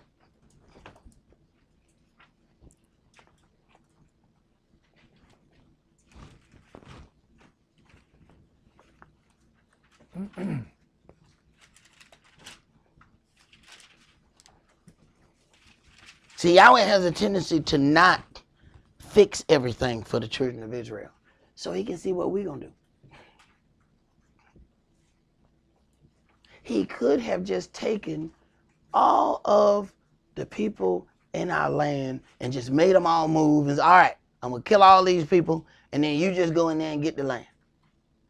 But Yahweh know one thing. We have more of a connection to something when we have a vested interest, meaning that we put something down on it. See, a lot of those zero down things, you find out that later on it just down because they had zero invested. They didn't lose nothing to get this zero down deal because they didn't put nothing in it. So in a couple months, first time something don't go right, hey, they don't pay the bill, just leave the car on the side of the road. Well, I ain't had that much vested in it. But when somebody saved up about 6 months to put down that $2,000 down payment, they're not trying to lose that car. They got a vested interest in that. Numbers 27, let's start at verse 1. Then came the daughters of Zelophehad, the son of Hepher, the son of Gilead, the son of Machir, the son of Manasseh, of the families of Manasseh, the son of Joseph. And these are the names of his daughters, Mahlah, Noah, and Haglah, and Milcah, and Tirzah. And they stood before Moshe, and before Eleazar the priest, and before the princes and all the congregation, by the door of the tabernacle of the congregation, saying, Our father died in the wilderness, and he was not in the company of them that gathered themselves together against Yahweh in the company of Korah, but died in his own sin and had no sons. All right, so automatically letting you know, all right, now this can't be anything that's being held against my father for any wrongdoing. Our father died in the wilderness, and he was not of them that gathered themselves against Yahweh. Go ahead. Why should the name of our father be done away from among his family because he has no son? Give unto us therefore a possession among the brethren of our father. And Moshe brought their cause before Yahweh. Right. So they have this issue because the law did not include this. So when Yahweh is setting forth this law, It had to be a situation where he knows, all right, sooner or later, somebody going to have all daughters and not sons. But the law didn't have nothing about it. The situation had to happen. And then those people had to then bring this so that now the law can be altered. But one alteration causes another alteration. Go ahead. And Yahweh spake unto Moshe, saying, The daughters of Zelophehad speak right. You shall surely give them a possession of an inheritance among their father's brethren, and you shall cause the inheritance of their father to pass on to them. Right. Even as understanding this law in this way and coming from captivity, this is a generation now that understands certain things. Hey, this is the law that you've given us, but this law does not include what happens to the land if a man has no sons but has daughters, because the law automatically says the land goes forth to the son. Go ahead. And you shall speak unto the children of Israel, saying, If a man die and have no son, then you shall cause his inheritance to pass on to his daughter. And if he have no daughter, then you shall give his inheritance unto his brethren. And if he have no brethren, then you shall give his inheritance unto his father's brethren. And if his father have no brethren, then you shall give his inheritance unto his kinsman, that is next to him of his family, and he shall possess it. And it shall be unto the children of Israel a statute of judgment, as Yahweh commanded Moshe. So, because of the one thing that was not in the law about the land going unto the daughters, now a whole series of things has then been spoken by Yahweh. You shall speak unto the children of Israel in verse 8, if a man die and have no son, then you shall cause his inheritance to pass unto his daughter. And if he have no daughter, now he's going down from this to the next thing, to the next thing, to the next thing, all because of this one situation that ended up occurring. Let's go to Numbers chapter 36.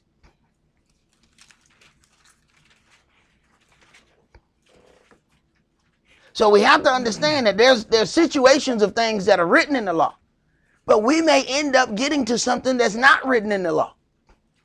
Then we have to deal with it in a certain manner. Numbers 36, let's read verses 1 through 12. And the chief fathers of the families of the children of Gilead, the son of Micah, the son of Manasseh, of the families of the sons of Joseph, came there and spake before Moshe and before the princes, the chief fathers of the children of Israel. And they said, Yahweh commanded my master to give the land for an inheritance by the lot to the children of Israel.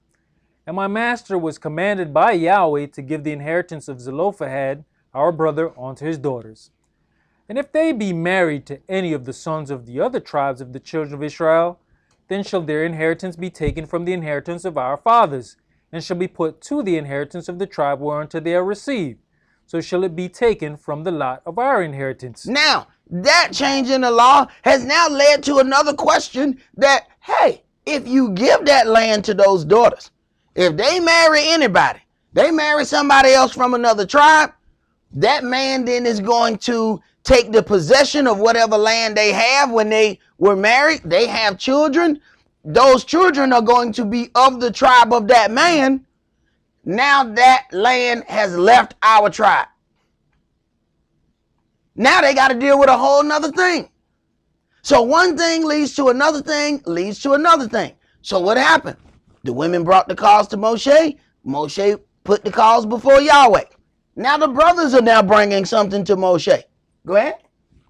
Verse 4. And when the Jubilee of the children of Israel shall be, then shall their inheritance be put unto the inheritance of the tribe whereunto they are received. So shall their inheritance be taken away from the inheritance of the tribe of our fathers.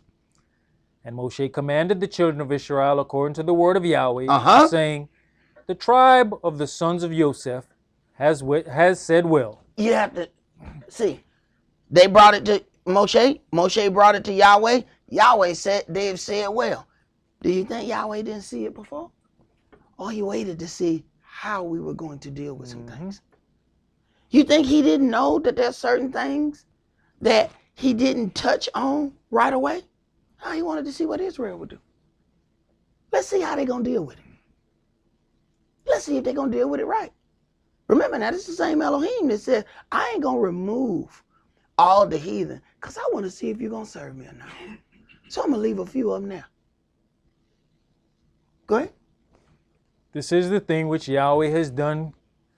This is the thing which Yahweh does command concerning the daughters of Zelophehad, saying, let them marry to whom they think best. Only to the family of the tribe of their father shall they marry. So shall not the inheritance of the children of Israel remove from tribe to tribe. For every one of the children of Israel shall keep himself to the inheritance of the tribe of his fathers. So now you have some other things that then gets put in place because of this question. So you had the one that came into play that brought forth other things. Now something else that's connected to that is also bringing forth several other things as well. Go ahead. And every daughter that possesses an inheritance in any tribe of the children of Israel shall be wife unto one of the family of the tribe of her father, that the children of Israel may enjoy every man the inheritance of his fathers. Right. Once a woman receives land, she is absolutely barred from marrying anybody outside of the tribe of her fathers, because she is then going to pass that land to another tribe if she marries somebody outside of that tribe. Go ahead. Neither shall the inheritance remove from one tribe to another tribe, but every one of the tribes of the children of Israel shall keep himself to his own inheritance.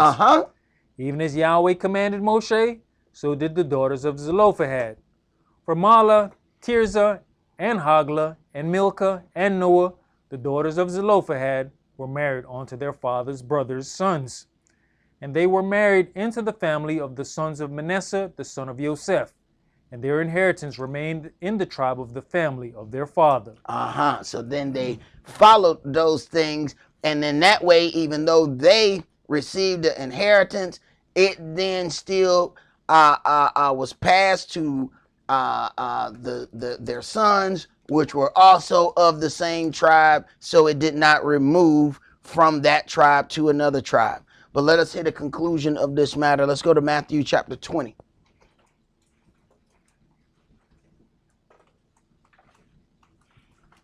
See, in the daughter of Babylon, the people can just pay the taxes on the property and then hide from the people and take it. And we get so accustomed to doing Babylonian business, you bring it in Yahweh's land, you're going to get killed.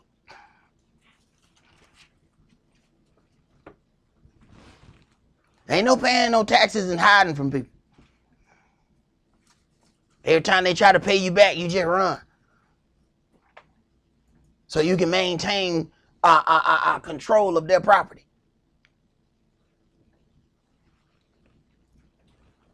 Matthew chapter 20, and let's start that at verse 1. For the kingdom of heaven is like unto a man that is an householder, which went out early in the morning to hire laborers into his vineyard. And when he had agreed with the laborers for a penny a day, he sent them into his vineyard.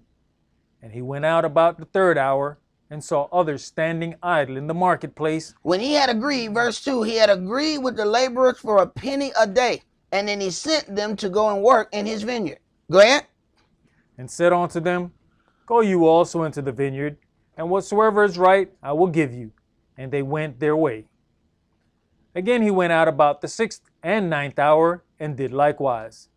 And about the 11th hour he went out, and found others standing idle, and says unto them, Why stand you here all the day idle? They said unto him, Because no man has hired us. He says unto them, Go you also into the vineyard, and whatsoever is right, that shall you receive. Now, he says unto these others, Whatsoever is right, that shall you receive.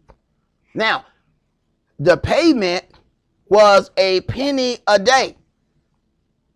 But whatsoever is right, that is what you shall receive. He has the right to pay them less than a penny because they did not work that whole day. Go ahead. So when even was come, the master of the vineyard says unto his steward, Call the laborers, and give them their hire, beginning from the last on to the first. Now, he causes a situation because he pays the last people who got there first. This is really the beginning of the schism. Because this gives other people an opportunity to get some things in their heart. Go ahead. And when they came that were hired about the 11th hour, they received every man a penny. But when the first came, they supposed that they should have received more. Stop. They are not at this point having an issue because it wasn't a situation where they got paid and then later on the people who came later got paid. No, the people who came later got paid first. So now because he is gracious and pays them for a full day of work, even though they were not there a full day. Now the people who worked the full day think that they should get paid for 2 or 3 days. And that's a negotiation that they made in their own heart. He ain't told them that. They made that decision based on what they think they looking at. Now his grace has been used against him. Go ahead. And this is why corporate America don't allow you to discuss pay rate. You got it. You got it. You get called into the office. Did you tell somebody how much you got paid? What? I thought this was, no, you can't tell nobody how much. They'll tell you this is what the pay is. I was supposed to be helping the company that I work with now. And it went from a help to each time they just kept trying to get me to do more and more and stay. And then they said, all right, how much will it cost for you to be here all the time? They said, now this is what we normally bring people in. No, that ain't gonna work for me. That ain't gonna work. That ain't gonna work. That ain't gonna work. So you can go ahead and take normal. I'm gonna need you to flush normal. Flush normal. Take no. I need to hit. No, let me hit the toilet. I need to hear all that go. Because I need to make sure the normal has been flushed. I can't do it for no less than this right here. But I can't be walking around that building telling everybody, hey, I don't know if you know it or not.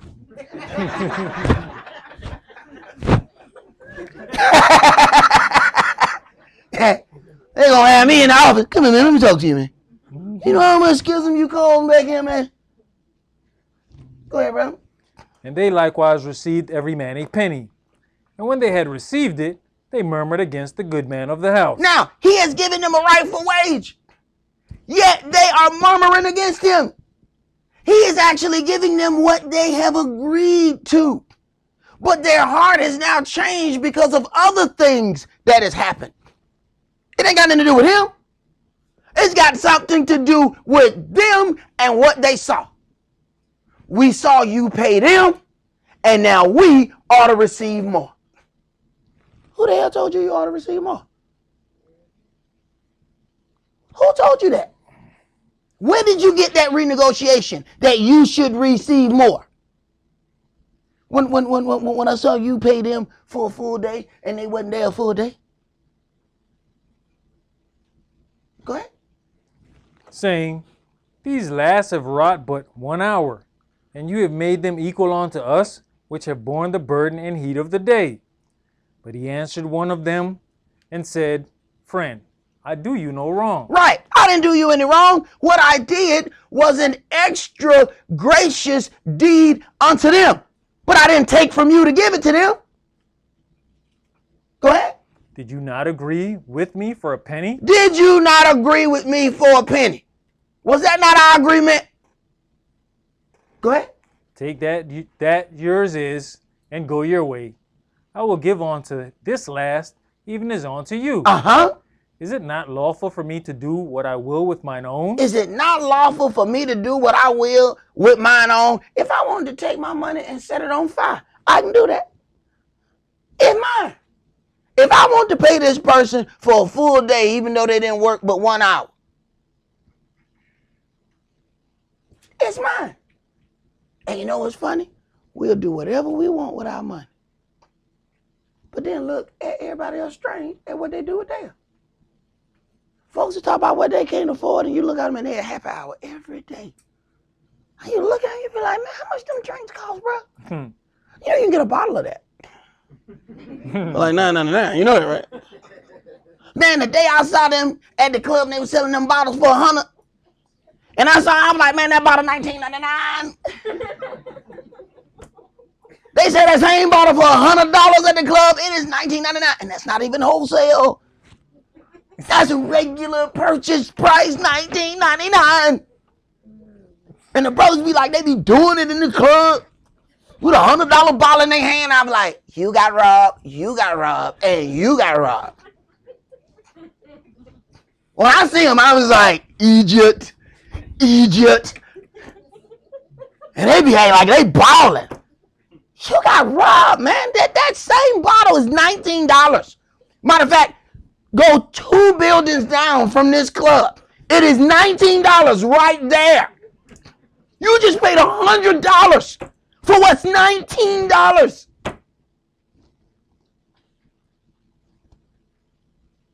It's amazing how that works. And they would never consider that a bad investment. Why? Because it made them feel good while they made the bad investment. $100 for 19. And you don't think that was a bad investment? Right.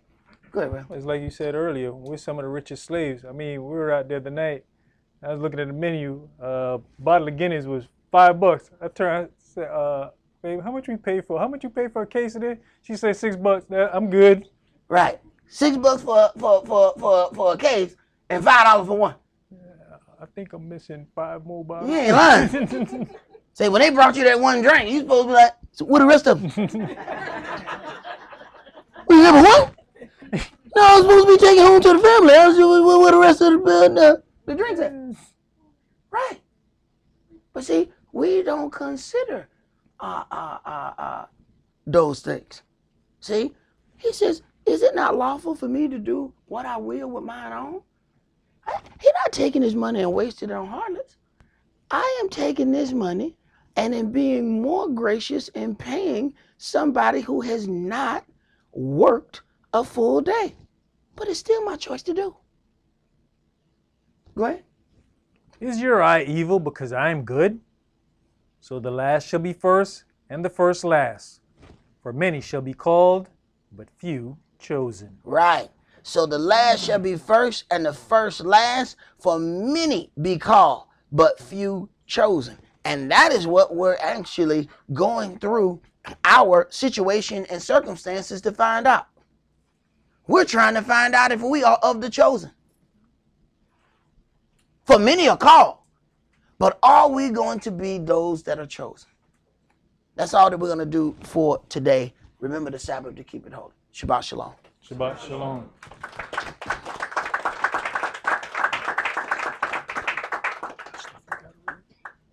Oh, okay. Brother, make sure y'all still on air there. Let's see which announcements we have to read here. First one, starting off, the UCI has a dress code whenever you are in attendance at this facility. This dress code will be strictly enforced at all times. These are the announcements and why we're making sure that we are doing those on air, because we have a lot of members who are who watch on the internet, who then come here, and I don't want you guys to, because a lot have watched us for a long time, but these are announcements that we read every Shabbat, but then those people never hear that, and I hate for somebody to come all the way, from 3, 4, 5 states over, only to find out that they were not dressed correctly at the door. This dress code will be strictly enforced at all times. All females must wear skirts or dresses that reach below their knees. Your shirt must cover your cleavage. Sisters must have a full head covering at all times. Full head covering means that it covers all your hair. All right? I know y'all watch a lot of things on the internet where they have that sheer thing and it just draped over their head, and it start like back here. You know what I'm saying? So you still get to see all, you know what I'm saying, the pretty baby hair in the front. We don't do that. You're going to get stopped at the door. If I see your baby hair, you're not coming in here. No makeup should be worn on the Sabbath. We know what makeup look like. All right, we're not going to keep negotiating with people at the door. And if I see the people in here, I'm going to start questioning the other people, like how they get this far. All brothers must wear shirts to cover their loins. Just had to have this conversation at the job. One of the white boys said, man, didn't I tell you, man, you going to get in trouble, man. You know, he thought he was helping me. He's a good guy. You need to tuck your shirt in. So then I had to give him a biblical lesson about what loins were and why they need to be covered. He said, well, man, I'm embarrassed. Why you didn't tell me that before? He's a good guy. No shorts are allowed. Young brothers must wear your pants on your waist. No undergarment should be seen. I don't think I have to explain why we shouldn't see your underpants. If you have questions concerning the dress code, please see one of the deacons. Is there any other announcements that I should read on the air? We already know about Baby Yoshi. We got Baby Light Ice has already been read there. What about Cleaning, I guess. the cleaning? Your unleavened cleaning should be well under its way. If you have any questions about how you should clean your homes, please see Sister Rebecca or Mother Lael. The camp cleaning is scheduled for March 28th at even and March 29th, beginning at 10 a.m., ending when the camp has been approved complete. Also, it's tax season. If you would like to receive a letter for your donations to the camp, please send an email to ucidonations@gmail.com. That's ucidonations@gmail.com. This is for a tax letter. This is not for questions or anything. That email is theuci.org@gmail. All right. This can only be sent to those who have filled in the information asked on the front of the offering envelope, or those who may have sent funds electronically. Is that it? Yeah, this was just about sisters class cancellation. All right, go ahead and give me that. Let me see. Sisters class has been canceled for March 15th and April 5th to allow the opportunity to complete the cleansing and purging of our homes as commanded.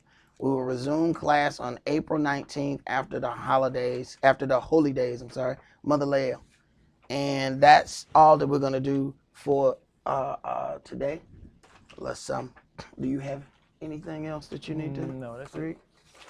All right, that's all that we're going to do for today. Shabbat Shalom. Shabbat shalom.